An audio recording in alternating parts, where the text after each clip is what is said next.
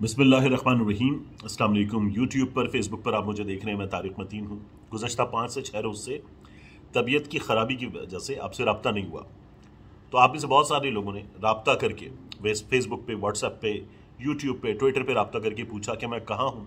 तो मैंने कुछ लोगों को बताया और अब ये दोबारा भी फॉर्मली बता दूँ कि तबीयत नासाज, इसीलिए आपसे मैं मुखातिब नहीं हुआ। और अभी भी ये मामला कुछ कुछ बाकी है। कुछ दोस्तों ने व्हाट्सएप पर रब्ता किया, उन्होंने कहीं ना कहीं से नंबर अरेंज कर लिया है, तो उनसे कुछ हेलो हाय हो जाती है, तो उनको मैंने वैसे भी बता दिया था। और फिर शाहिद ने लास्ट वीडियो की तो उन्होंने भी बता दिया।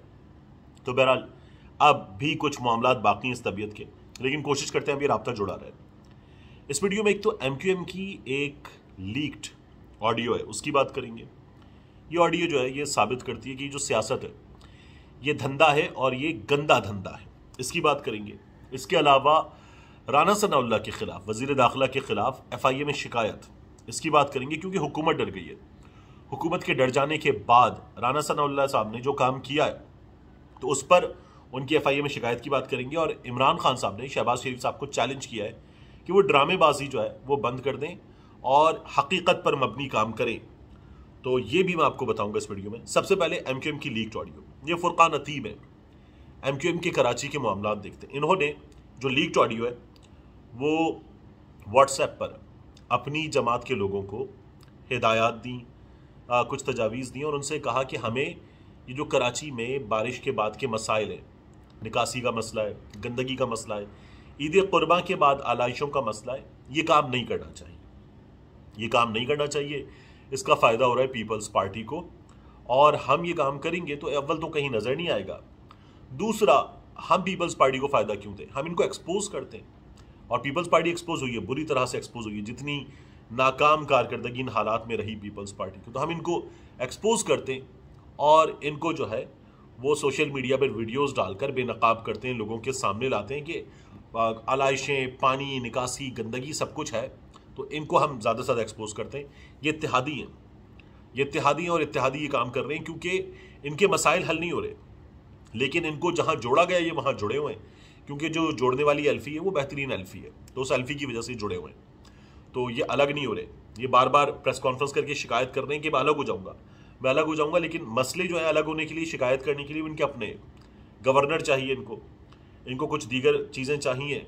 और एडमिनिस्ट्रेटर कराची जो है वो ये चाहते हैं कि अब उसका तकर्रुर हो, मुर्तज़ा वहाब साहब हटें। तो कुछ मसले हैं MQM के, और MQM जो है उन मसलों में जो तहरीरी मुआहिदा है उस पर जो कुछ चीज़ें कही गई थी उनको पूरा होता देखना चाहती है, लेकिन वो पूरी होती नज़र नहीं आ रही। जरदारी साहब ने ये पहले भी किया था, अब भी कर रहे हैं। उन्होंने पहले भी कहा था कि मुआहिदे कुरान और हदीस नहीं होते। तो एक तो ये सूरत हाल है।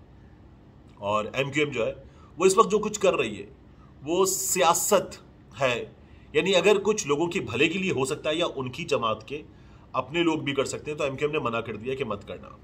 PTI वाले कुछ कर रहे हैं, फिक्सिट वाले आलमगीर महसूद कर रहे हैं, जमात इस्लामी वाले कुछ कर रहे हैं, उसके अलावा PSP वाले कर रहे हैं, कुछ कारकुनान कहीं ना कहीं काम कर रहे हैं।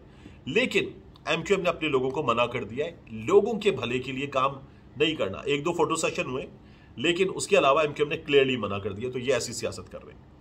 इसके बाद राना सनाउल्लाह के खिलाफ FIA में शिकायत। राना सनाउल्लाह ने कुछ 5 से 6 ट्वीट्स का एक थ्रेड पोस्ट किया ट्विटर पे, और ये बताया कि जो लोग लोटा लोटा कहेंगे, गाड़ी के आगे आएंगे, ये जो 20 ज़िमनी हल्कों इंतखाबात हो रहे हैं, 20 हल्कों में यहाँ आएंगे सामने, तो इनके सामने आने वालों को उन्होंने कहा है कि नून लीग के लोग वीडियो बनाएं, वीडियो बनाकर सोशल मीडिया पर FIA को टैग करें और बताएं कि ये गलत ज़बान इस्तेमाल हो रही है, हिरासा किया जा रहा है, राइट ऑफ मूवमेंट, नकलो हरकत का जो हक़ है किसी शहरी का, वो रोका जा रहा है।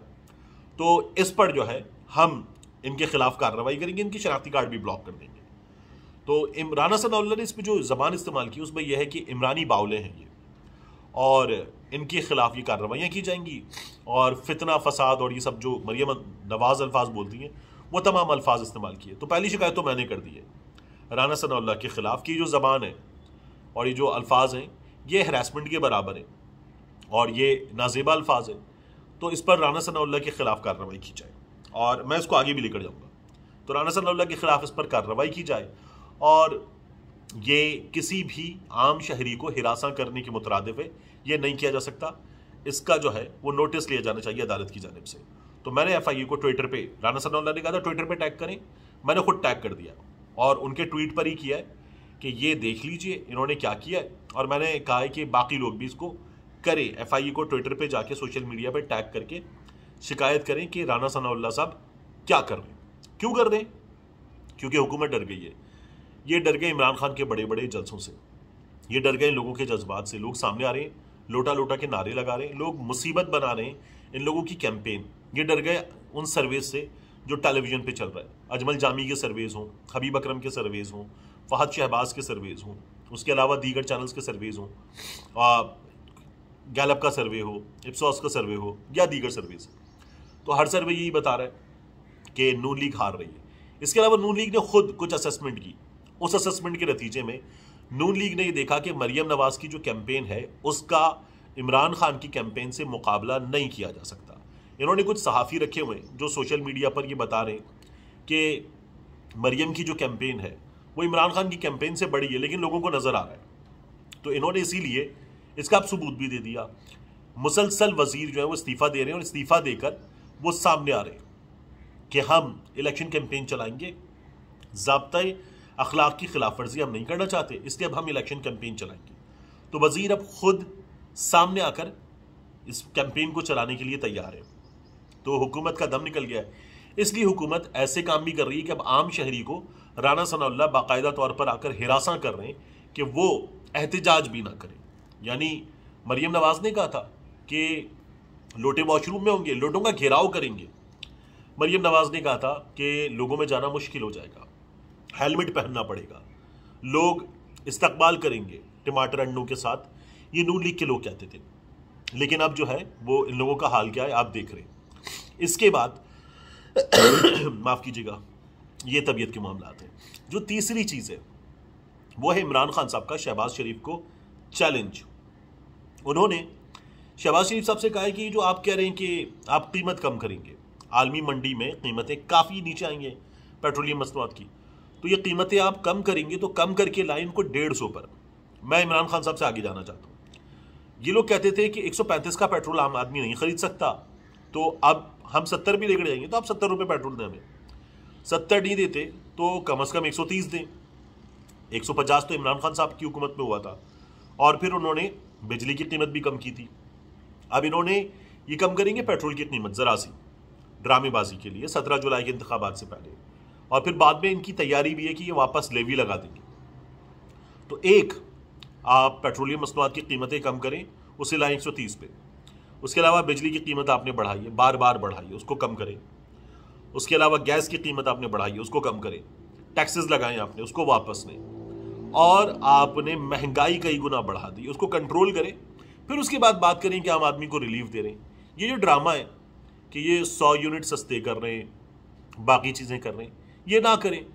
अगर रिलीफ देना है आवाम को तो रिलीफ दें, लेकिन ये जो इस तरह के ड्रामे हैं कि अब पेट्रोलियम मसनूआत की कीमतें कम हो रही है, 100 रुपये के करीब आपने कीमत बढ़ा दी, और 100 रुपये के करीब कीमत बढ़ाने के बाद आप कह रहे हैं कि जी हम ये 30-35 रुपये कम कर रहे हैं, ये आवाम के लिए रिलीफ है 17 जुलाई के इंतखाबात से पहले।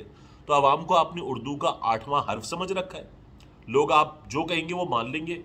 ये वाकई वही लोग सही करते हैं कि हम कोई ग़ुलाम है, जो आप कहेंगे वो हम मान लें। तो ये ड्रामेबाजी ना करें। अब आप जो है वो इतना डर गए कि आप पीटीआई की मीटिंग्स में, जलसों में, रैलियों में पुलिस भेजकर वहाँ से बंदे उठा रहे, उनके गार्ड्स उठा रहे, उनके फ्लैक्सेस उतार रहे, लोगों को फ़ोन कॉल्स की जा रही हैं।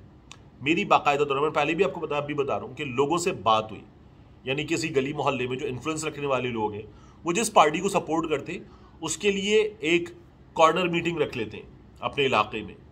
तो वहाँ पर जो लोग कॉर्नर मीटिंग्स रख रहे हैं उनको फ़ोन कॉल्स आ रही हैं। ये सियासी शख्सियात की फ़ोन कॉल्स नहीं है, ये पुलिस वालों की फ़ोन कॉल्स नहीं है, ये उसके अलावा फ़ोन कॉल्स हैं। ये फ़ोन कॉल्स आ रही हैं और इन फ़ोन कॉल्स में लोगों को कहा जा रहा है कि ये मत करें, पीटीआई वालों का साथ मत दें और पीटीआई वालों के लिए लोगों से वोट मत मांगें, खामोश हो जाएं, चुप हो जाएं।